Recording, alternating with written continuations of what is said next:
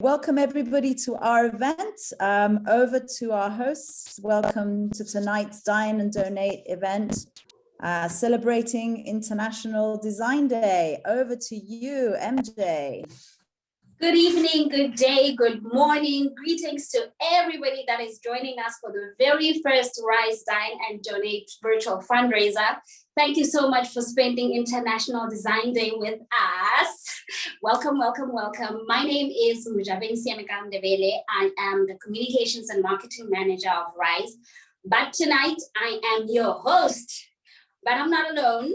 I'm with my co-host, Ree. She'll join us a little bit later, but let's say hi to her. Hi, Ree. Ree. Okay, you'll see her a bit later. We are here today with the goal of raising $5,000 towards the Rise Business Incubation Program, which we'll tell you all about a little bit later in the show. So stay tuned. But first, what I want to do is introduce to you who we are.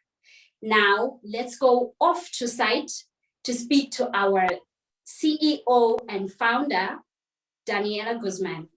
Rise is a not-for-profit social enterprise registered both in the US and in Lesotho. We started operating in 2017, and the reason we exist is because 90% of social impact investing goes to foreign entrepreneurs working in Africa, and we believe that is wrong. And we're all about supporting local African entrepreneurs in order to establish and start their own successful business enterprises. We're tackling two big problems that exist here in Africa. One is the high level of youth unemployment, which is at almost 40% here in Lesotho, and the other is the desperate need of infrastructure development. We need to build houses, hospitals, clinics, schools, bridges, roads, and so on in a growing population.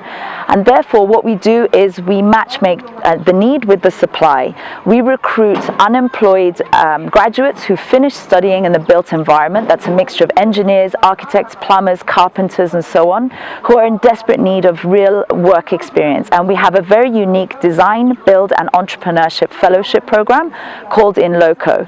And at the same time, we partner with vulnerable communities that are in desperate need of much needed infrastructure that are going to make a huge impact on their community. Therefore, the fellows get their much needed experience and the communities get their much needed infrastructure, making it a win-win for all.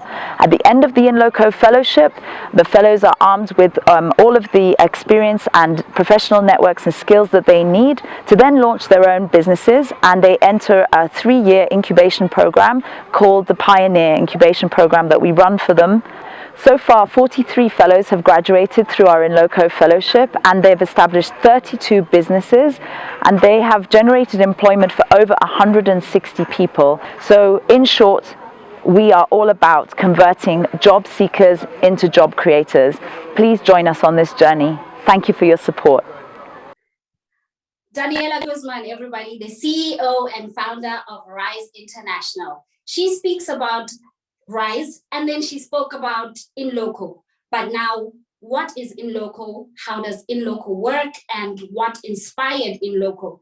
Let's hear from the directors of In Loco themselves in a short clip that I'll show you just now.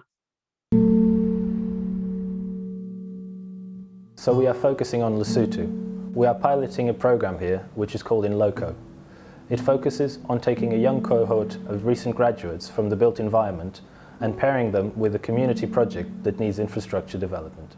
So the idea was to foster local community and people. That's why we involve young graduates to give them the possibility to test and to training themselves, but also to express themselves during all the process, so from the design to the construction, and also facing all the problems that usually you face in doing the work. So like buying the materials, suppliers, delivering, and so on.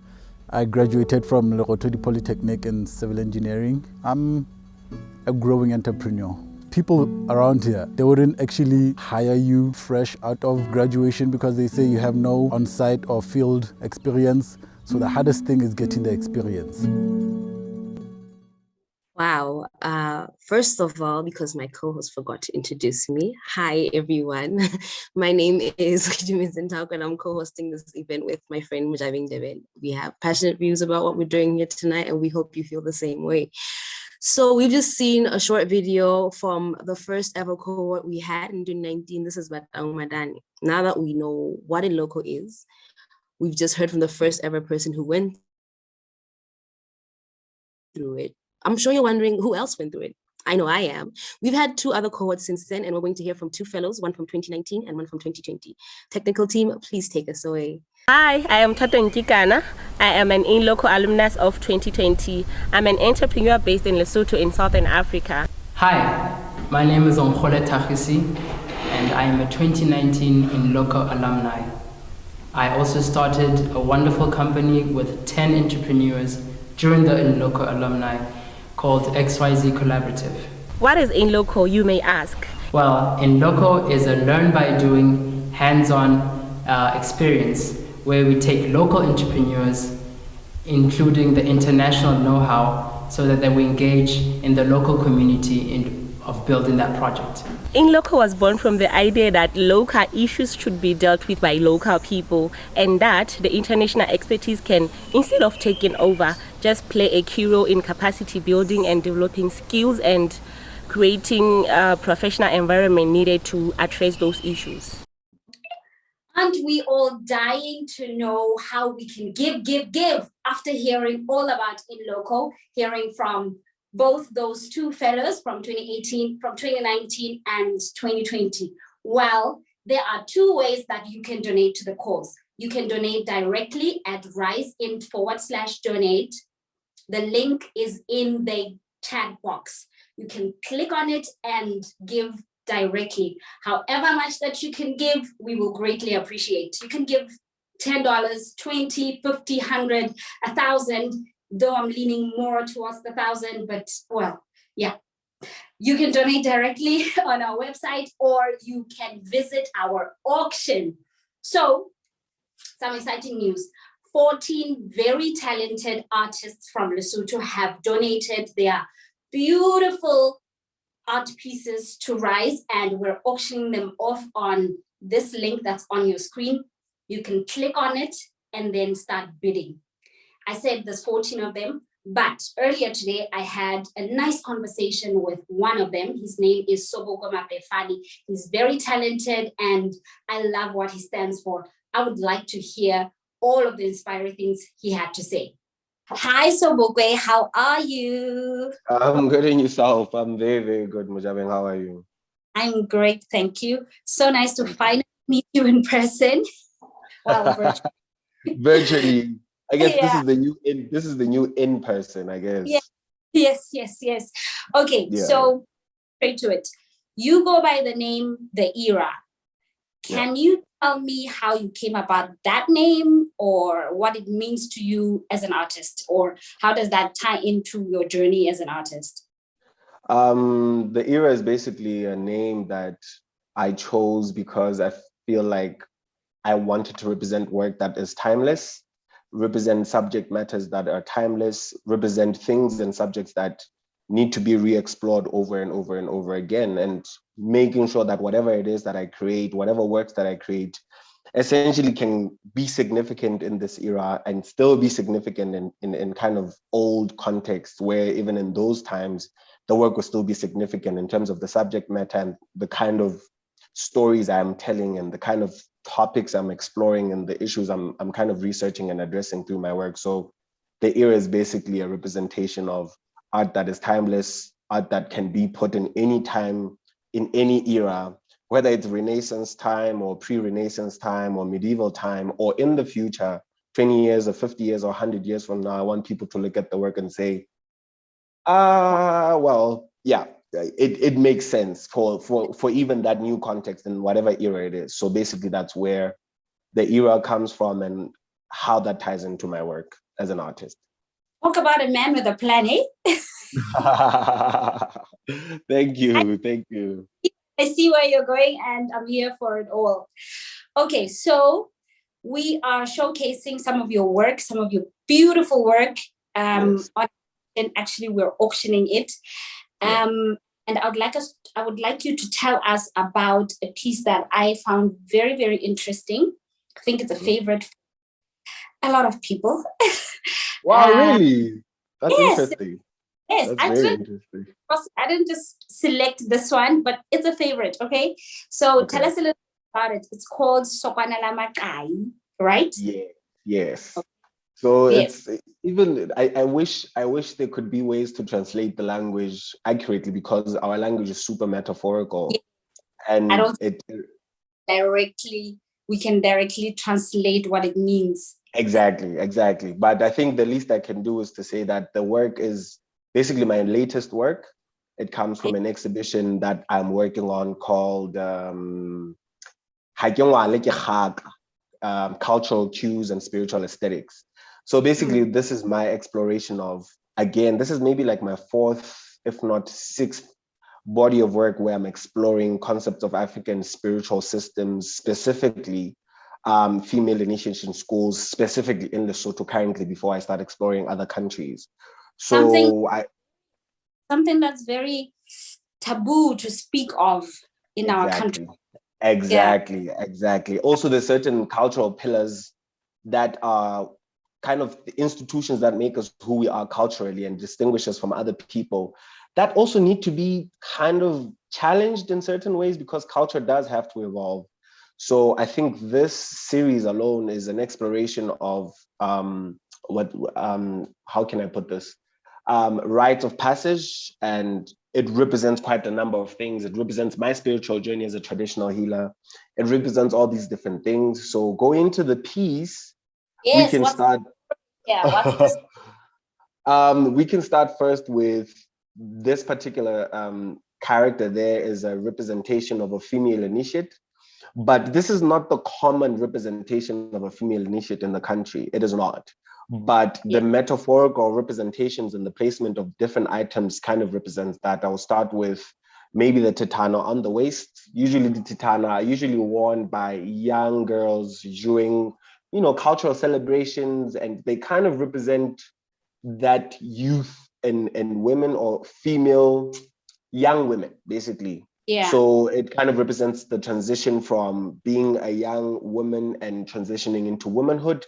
Also, that is what a rite of passage in initiation school is you graduate from being a boy into a man, or a girl into a woman. So that's where the female representation comes in. And then you have the long, I would say sticks for now, because they're not sticks, but culturally they represent, usually in our language, they represent the metaphor that this comes from is that it grows in deep water, not necessarily deep water. It grows in areas where there's a lot of water, and it's usually muddy. And that kind of represents that life, how can I say this? The essence of life is usually found in very deep places and very hard places and very muddy places and very dirty places. And that's me kind of embracing that. That's kind of me embracing that, because also culturally, a lot of our institutions are looked down upon, and they're looked to be dirty, they're looked to be backward, and that kind of me also representing and addressing that. And then you have the top part, which is the red cloth around the muse's breast area, if I can put it like that. So Yes, this particular this is something that's usually worn by male initiates. Yes. So this is usually worn by male initiates. It's called lekapa. So this is usually worn like a diaper around the male waist area. And it's very controversial. I actually had during the shoot, I was contemplating whether I should put it where the titana is, and put the titana where it's currently placed. But I thought it might be a bit too obvious and controversial for people to see. Why are you putting something that's found in a male institution and manhood institution around a female? You understand what I'm saying? And that's actually the point.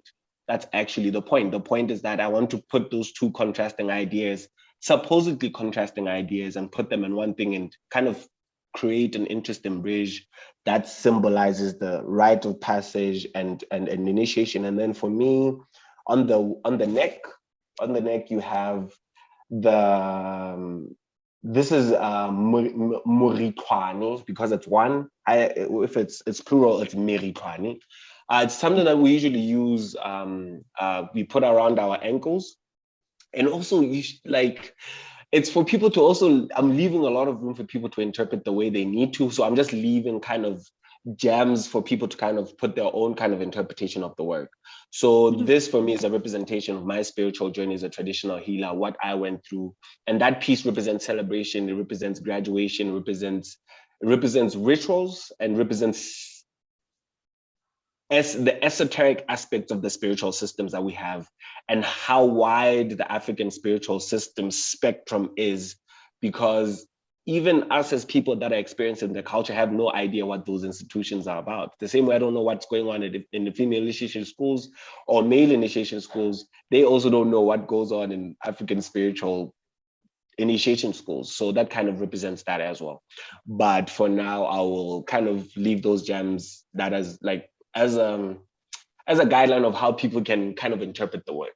So basically that's what the work is about. Wow. Thank you so much for that. Thank you for that. You're welcome. It wasn't just for our audience, but it was for me too. Thank you so much. You may know Lesotho as the Switzerland of Africa, but it is more prominently known as the mountainous kingdom of Lesotho. So in a video that's coming up next, I'd like you to see why we call it the Mountain Kingdom.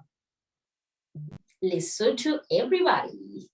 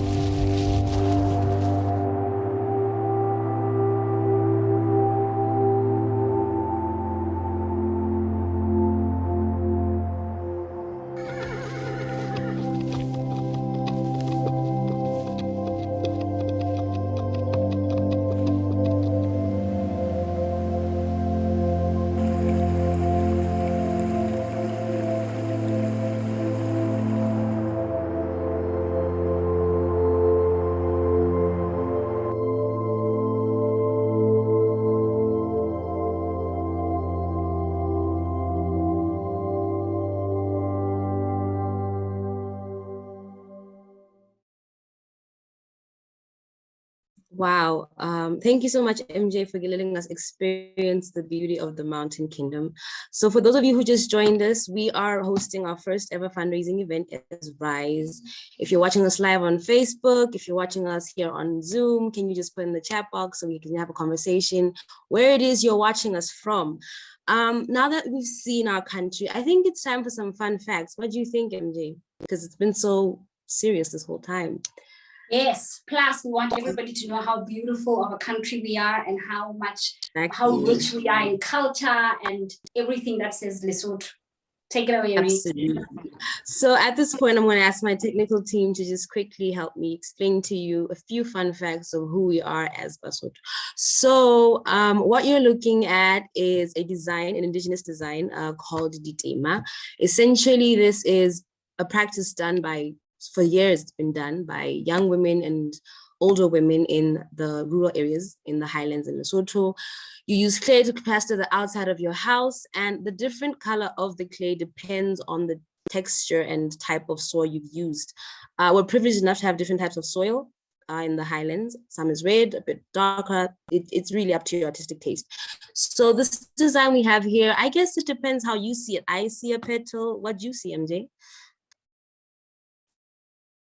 I see beauty. The fact that I'm a Lesotho and I grew up in buildings like these, it looks normal to me, but it doesn't get old. The beauty and the interesting patterns, they don't get old because different people design in their own different ways. So as you pass by Nkgono Mamang's house, you sort of understand their character, or you see the personality in their home by looking at the pattern that they have. And it's interesting because a lot of these patterns are actually made by old women, elder women. I've actually seen my grandmother design this on her own hut.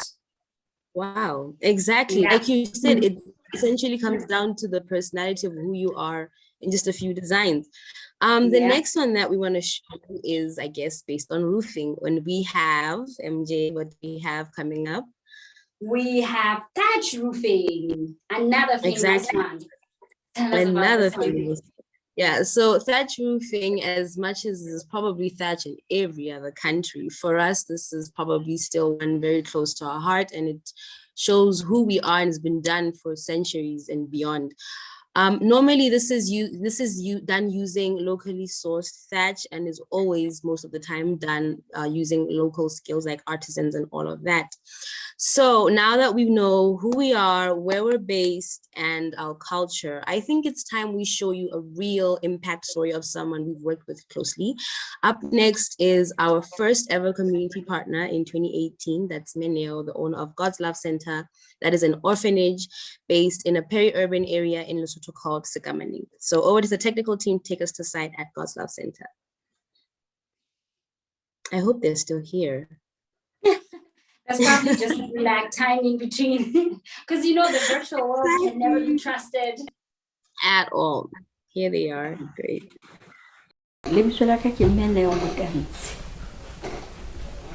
Ke nna mothehi kapa moqapi wa JLC. JLC e thiuwe ka selemo sa 2002.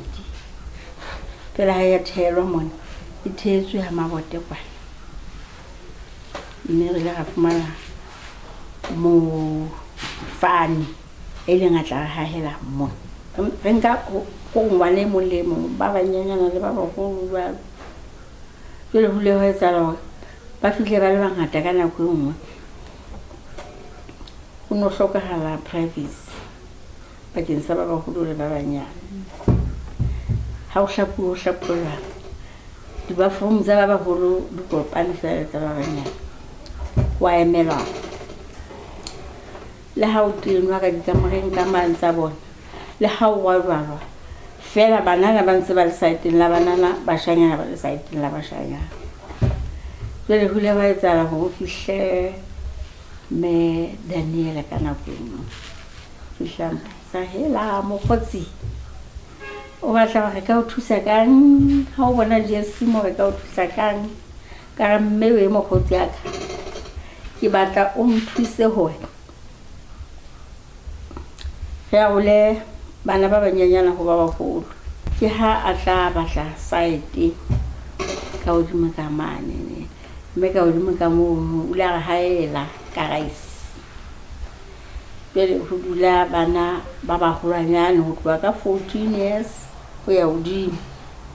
Now that we have been seeing what our first ever project was and its impact, we'd like to let you know that we don't just work with vulnerable communities. We have two focus areas as well. We have the young entrepreneurs that we support, as well as the vulnerable communities who then become our community partners.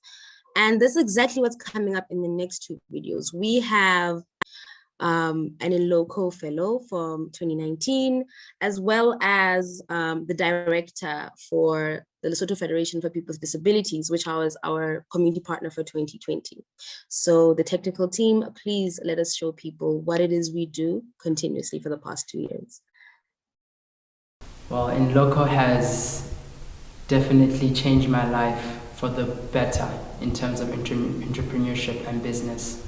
Firstly, because the company that I started with, these 10 wonderful entrepreneurs, XYZ Collaborative, we all were part of the 2019 alumni. And also, because of the business trainings and monthly development meetings, including the many tasks that we were handed during the in-loco fellowship rather, helped us into inculcating and building what we have today, which is XYZ Collaborative. My name is Nkhatsi Sifuthi. I am the Executive Director of the Lesotho National Federation of Organizations of the Disabled. So this is a non-governmental organization that is advocating for the rights of people with disabilities. Before June 2021, actually we did not have an office as an organization. We have been working in the offices of government, and that was actually a problem to us because we are an independent organization which should be able to discharge its functions independently from anybody without any interference of anybody. And we came across RISE and other partners at that time who came together to help us to have our own building in which we will now be able to run the affairs of the organization. So RISE has been able to construct the offices for Landford, and these offices, I think what is distinguishing about them is that they are accessible for all people with disabilities, including those who are using wheelchairs. We have now accessible toilets that they can use, and our offices are accessible. And now we are able to do our work freely without any interference, of which I think that is the great impact of the project towards inclusion and towards also ensuring that people with disabilities also have accessible offices in our country. And there you have it, ladies and gentlemen. You have heard from two different community partners or stakeholders that we work with. For one was an in-loco fellow from our 2019 cohort, and another was a community partner from the Lesotho National Federation of Organizations of the Disabled. I think we need a break. Like, this has been so much work, but no play. What do you think, MJ? Of course, but it better be something that is breathtaking, okay? Absolutely, absolutely. That's all we know.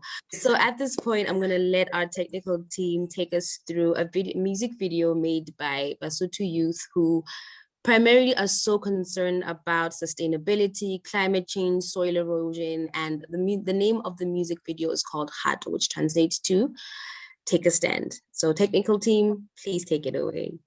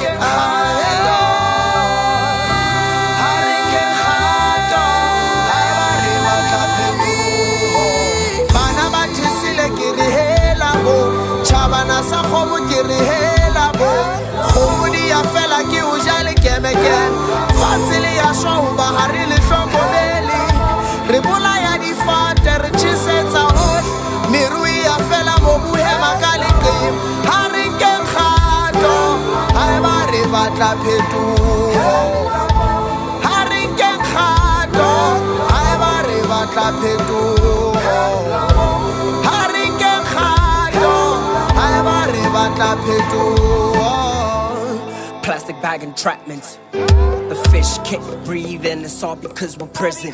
We're murdering our planet. Chemical reactions make the air a little thinner. So our breath, we barely catch it, and it's all because we litter. It's all because we're burning fossil fuels a little quicker. The heat is intense and the icebergs are melting, making all the seas bigger. I'm killing Mother Earth, one river at a go, force at a go, one tree at a time. Tell me now, how does the wildlife survive? Think about the future, how your kids gon' live. Think about the future, how their kids gon' breathe. When they never seen a tree, how could they smell a flower if we're killing all the bees? I don't understand it, I don't understand it. It's time we make a stand for change. Leave a better world for the future generation. You gotta understand it, you gotta understand it. It's time we make a stand for change. Leave a better world for the future generation. I don't understand it, I don't understand it. It's time we make a stand for change.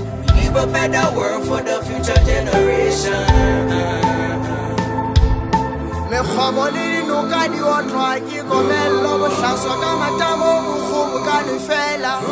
Let's take care of the planet. The fazila runali atimela. Me khwabani no kadi otwa ki komelo shaswa kama tamo mukhubu kanifela. Let's take care of the planet. The fazila runali atimela. Bana batisile kirihela ho. Chabana sa khomo kirihela ho. Khomudi ya fela ki ujali keme keme. Fazili ya shwa bahari le shokomeli. Ribola ya di fate re chisetsa ho. Mirui ya fela mobu he makali kim. Hariken khado. Hai ba re batla phetuho. Hariken khado. Hai ba re batla phetuho. Hariken khado. Hai ba re batla phetuho.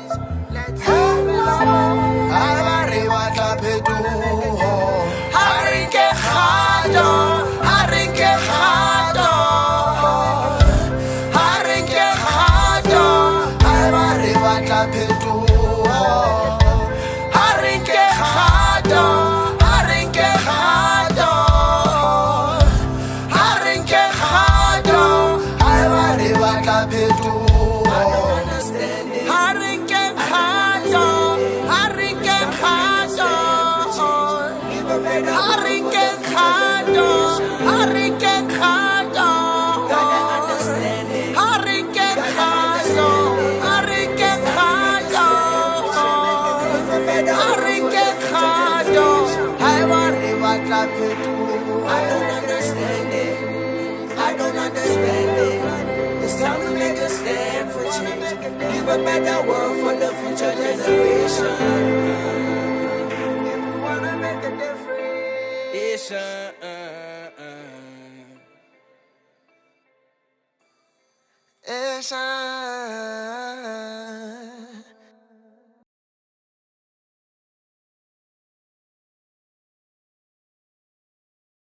And we're back. I had quite a jam.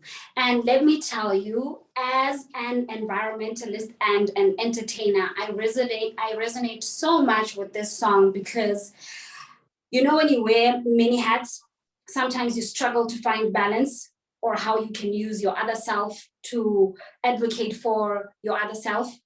This song taught me and continues to teach me that anything is possible.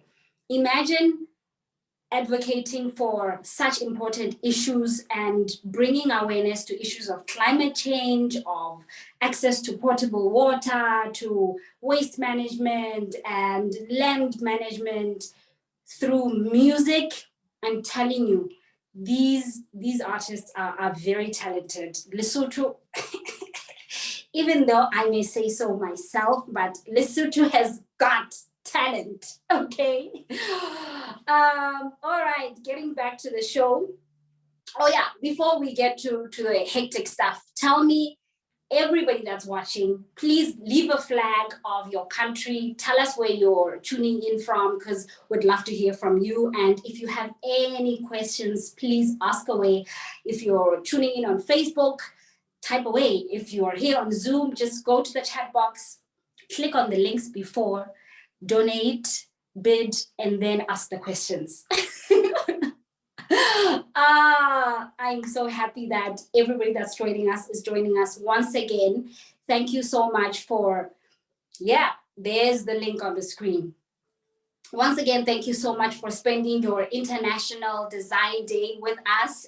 For those who are in South Africa, thank you for spending your Freedom Day with us today. It means so much to us, and it means so much to our cause. Don't forget that to give to the cause is very easy. All you have to do is click on one link and dig in deep into those pockets.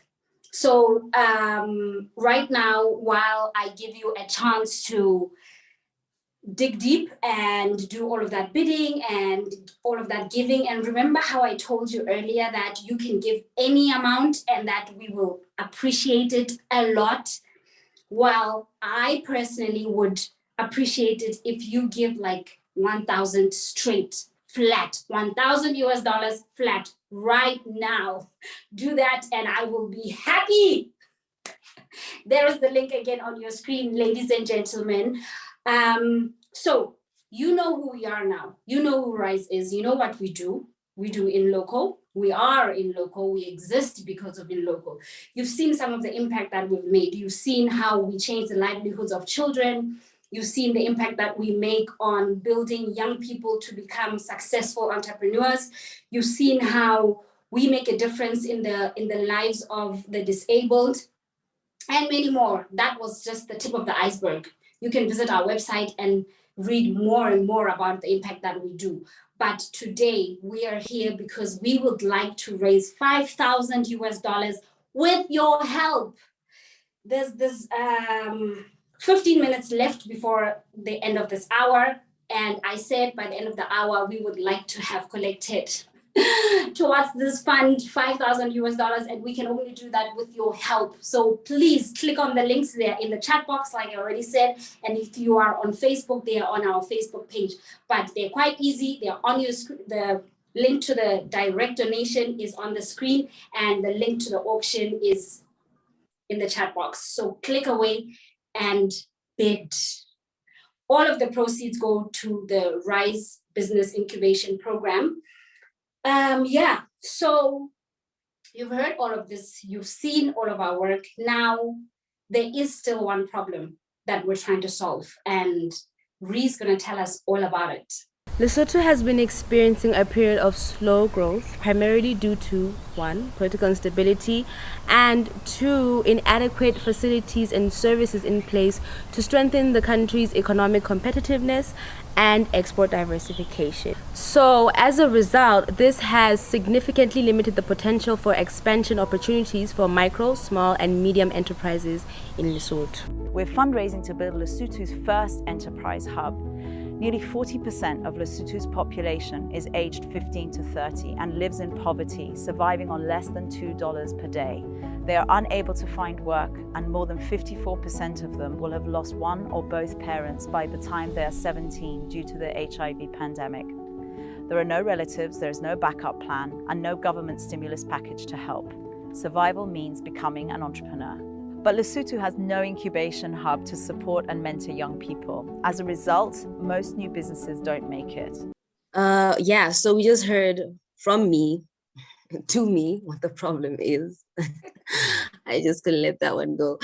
So yeah, basically, like my co-host has really stressed, we're trying to just create a physical space for young entrepreneurs to excel and have a place to ideate, create, and develop. But that's our future long life dream. Essentially, what we're doing currently with our local program is we run a business incubation program. And this is a program we run for our fellows once they've graduated through the 10-month program, the Learn by Doing. And once they've graduated, they become pioneers. And once they're pioneers, we offer them business incubation, business training, soft skills, how to pitch, how to register your company, how to get investors, how to become an investor. Essentially, the do's and the don'ts for a startup for people who have absolutely no idea how to do that, because that's the reality here. We have people with beautiful ideas, innovative, but the issue is the how. And essentially, as much as we're doing all this beautiful work through the incubation program, there's still a problem, guys.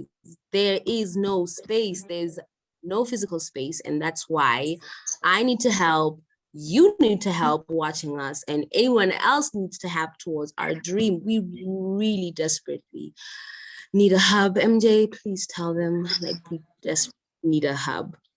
We need one, not just for us as Rise, but for all Lesotho youth who are trying to make a difference in the entrepreneurial development space. I think we've been talking to you about this, but we need you to give, donate for a greater cause. Our end game at the end of the night is 5,000 big ones. I'm thinking we've got, what, 10 minutes to get to it? I'll just let my co-host finish the evening for us. But once again, thank you so much for joining us this evening. You could have been anywhere else, but you decided to be here with us tonight. It's been lovely. Until next time. Our sustainable solution is to build an enterprise hub that can propel more than 100 young entrepreneurs per year towards a brighter future every single year. The local goods and services they provide will stimulate the economy, put roofs over people's heads and food on their tables. Thus, job seekers become job creators. Under our Rise Fellowship program, the Enterprise Hub will be designed and built by local talent. The hub will offer office space, workshops, a marketplace, a tool loan library, practical support with business training, networking, mentoring, and other business support services. To make this happen, we need to raise $100,000. Our dream is to make this exciting project a scalable prototype to create jobs throughout the African continent. Like our CEO said at the beginning of this show, we turn job seekers into job creators. But once they own their own enterprises, once they've set them up, it's not very easy. We don't have an ecosystem that caters for them and makes it easy for job creators to run successful enterprises. So what we're essentially raising funds for today is to give them the environment and to create an ecosystem that will fundamentally build job creators, making them successful. What we want is their success, because if they're successful, it means more jobs, less unemployment. Rise is almost 5 years old, and we're quite happy about that. Yay, snaps for Rise. Yay! I know how weird this may look, but this is how we celebrated Rise. So snaps for Rise, we're almost 5 years old, and everything that you have watched, everything that you've heard from us today would not be possible if it were not for our sponsors, our donors, our partners, our supporters, and everybody that really believes in Rise, and some of our own personal friends. So I would like to say a heartfelt and special thank you to everybody that has partnered with Rise, that has sponsored or has supplied anything, even anybody that's given us a discount in the past 4 to 5 years. Thank you, thank you, thank you, thank you. And today, thank you to everybody that has joined us. Thank you for spending this day with us. We are very grateful for you for tuning in. We are going to leave this video up on our Facebook, our YouTube channel, and on our Vimeo. Don't forget that for the rest of May, you can still make an impact. If you were not able to donate in this hour because, I don't know, maybe you did not have electricity, or your banking app was not working, or I don't know, maybe you were just busy, you still have time. You can still donate right now. Leave any amount that you can, and we will love you for it.